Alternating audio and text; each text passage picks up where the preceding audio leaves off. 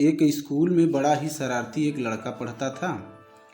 लड़का अमीर घराने से था और उसी स्कूल में बहुत ही बुजुर्ग एक व्यक्ति चपरासी की नौकरी करता था। बुजुर्ग चपरासी गरीबी से जूझता और अक्सर बीमार भी रहता था। यूं ही एक दिन शरारती लड़का अपने दोस्तों के साथ एक मजाक का प्लान बनाया। लड़के ने अपने दोस्तों से कहा कि आज हम लोग चपरासी अंकल को चिढ़ाएंगे और चिढ़ाने का प्लान कुछ अजीब तरीके से सभी बच्चों ने बनाया। बुजुर्ग चपरासी दोपहर में लंच के समय जब भोजन करने चपरासी कैंटीन में गया तो सभी लड़कों ने बुजुर्ग चपरासी का जूता चुरा लिया और उस जूते को कूड़े में ले जाकर फेंक दिया। चपरासी जब कैंटीन से बाहर आया तो देखा उसका जूता वहाँ पर नहीं था। चपरासी बड़ा ही मायूस हुआ क्योंकि काफ़ी देर तक इधर उधर खोजने पर भी उसका जूता नहीं मिला। इधर शरारती बच्चों ने यह देखकर बड़े ही हंसी और ठहाके लगा रहे थे कि अब मज़ा आएगा जब प्रिंसिपल सर चपरासी अंकल को बुलाकर हंसेंगे और चिढ़ाएंगे। उस शरारती लड़के को यह पता नहीं था कि प्रिंसिपल सर हंसेंगे नहीं बल्कि डांट लगाएंगे।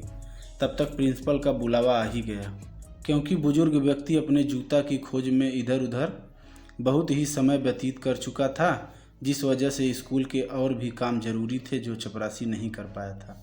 प्रिंसिपल ने बहुत डांटा बुजुर्ग चपरासी को और अगले दिन शरारती लड़कों ने फिर से चपरासी के साथ वैसा ही बेहुदा मजाक किया और चपरासी फिर से बड़ा मायूस हुआ। इस बार लड़कों ने कहा चलो हम देखते हैं कैसे प्रिंसिपल सर चपरासी अंकल का मजाक उड़ाते हैं।